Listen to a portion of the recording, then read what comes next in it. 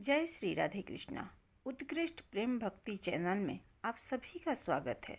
आज शरद पूर्णिमा का व्रत है। आप सभी भक्तों को शरद पूर्णिमा व्रत की हार्दिक शुभकामनाएं। शरद पूर्णिमा का व्रत आश्विन मास की पूर्णिमा तिथि को मनाया जाता है। शरद पूर्णिमा को कोजागरी पूर्णिमा या रास पूर्णिमा भी कहा जाता है। इस दिन माता लक्ष्मी, भगवान विष्णु और चंद्रदेव की पूजा का विशेष विधान है। आज के दिन गाय के दूध से बनी खीर का भगवान विष्णु और माता लक्ष्मी को भोग लगाना चाहिए। फिर उस खीर को रात भर चंद्रमा की रोशनी में रखना चाहिए। ऐसा करने से खीर में अमृत का रस घुल जाता है, क्योंकि आज चंद्रदेव अपनी 16 कलाओं से संपूर्ण होते हैं। फिर उस खीर को अगले दिन सुबह प्रसाद के रूप में अपने घर के सभी सदस्यों में वितरित करना चाहिए। शरद पूर्णिमा के दिन ही समुद्र मंथन से माता लक्ष्मी की उत्पत्ति मानी जाती है। इसलिए इस दिन माता लक्ष्मी और विष्णु भगवान की पूजा करने से घर में धन धान्य और सौभाग्य की प्राप्ति होती है।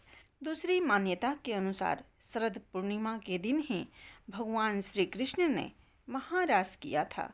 महारास से प्रसन्न होकर चंद्रदेव ने अमृत की बारिश की थी। शरद पूर्णिमा का व्रत करने से कुंडली में चंद्रमा मजबूत होता है। साथ ही व्यक्ति के जीवन में मानसिक शांति, सौंदर्य और सफलता आती है, क्योंकि चंद्रमा मन का स्वामी माना जाता है।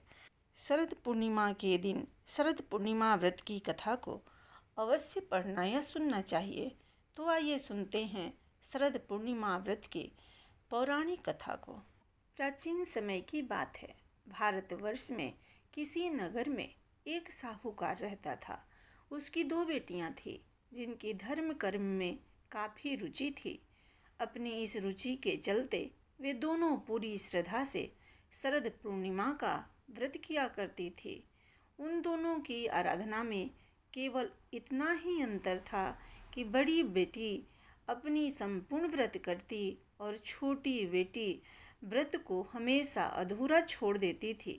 इस प्रकार कई वर्ष बीत गए और दोनों बेटियों का साहूकार ने विवाह कर दिया। विवाह के पश्चात बड़ी बेटी को एक सुंदर एवं स्वस्थ संतान की प्राप्ति हुई। वहीं साहूकार की छोटी बेटी संतान सुख से अछूती रह गई। साहूकार की छोटी बेटी को संतान तो हुई, लेकिन संतान पैदा होते ही मृत्यु को प्राप्त हो गई। इस प्रकार अपनी संतान को खोने से साहूकार की छोटी बेटी पर दुखों का पहाड़ टूट गया। उसे समझ में ही नहीं आया कि उसे यह दुख क्यों भोगना पड़ रहा है। अपने इस प्रश्न के उत्तर की खोज में वह अपने पति के साथ एक ऋषि के पास पहुंच गई और उस ऋषि से बोली कि हे मुनिवर, मैंने ऐसा क्या पाप किया है जिसके कारण मैं इतने समय से संतान सुख से वंचित हूँ। इस प्रश्न के उत्तर में ऋषि बोले, हे पुत्री, तुमने शरद पूर्णिमा का व्रत तो किया, लेकिन कभी उसे विधि विधान से पूर्ण नहीं किया और इसी कारण तुम्हें यह कष्ट भोगने पड़ रहे हैं। इसके बाद साहूकार की छोटी बेटी को अपनी गलती का एहसास हुआ और वह बोली, मुझसे जाने अनजाने में बहुत बड़ा पाप हो गया है। मुनिवर, आप कृपया कर मुझे इस भूल को सुधारने का कोई उपाय बताएं। मैं सदा इसके लिए आपकी आभारी रहूंगी। ऋषि को उस पर दया आ गई और उन्होंने साहूकार की छोटी बेटी को विधि पूर्वक शरद पूर्णिमा का व्रत करने के लिए कहा और बताया कि इस व्रत के पूर्ण फल से उसे अपने कष्टों से मुक्ति मिल सकती है।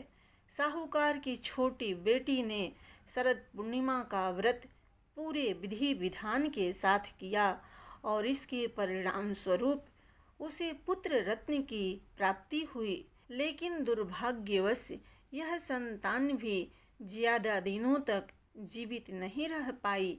अपनी इस संतान को मृत देखकर साहूकार की छोटी बेटी जोर जोर से रोने लगी। साहूकार की छोटी बेटी को लगा कि शायद उसकी बड़ी बहन के पुण्य फल उसके पुत्र के प्राण वापिस लौटा देंगे, और ऐसा सोचकर उसने अपनी संतान को एक पटरे पर चादर से ढक कर लिटा दिया और अपनी बड़ी बहन को घर पर बुला लिया। जब उसकी बड़ी बहन घर पर आई तो उसने अपनी दीदी से बोला कि आप इस पटरे पर बैठ जाओ।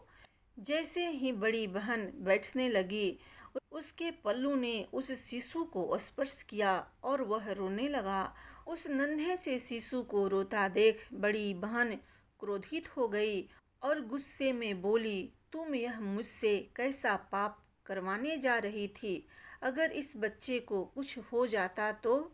यह सुनकर छोटी बहन बोली, दीदी यह तो पहले से ही मृत था, यह तो आपके भाग्य से जीवित हो गया है।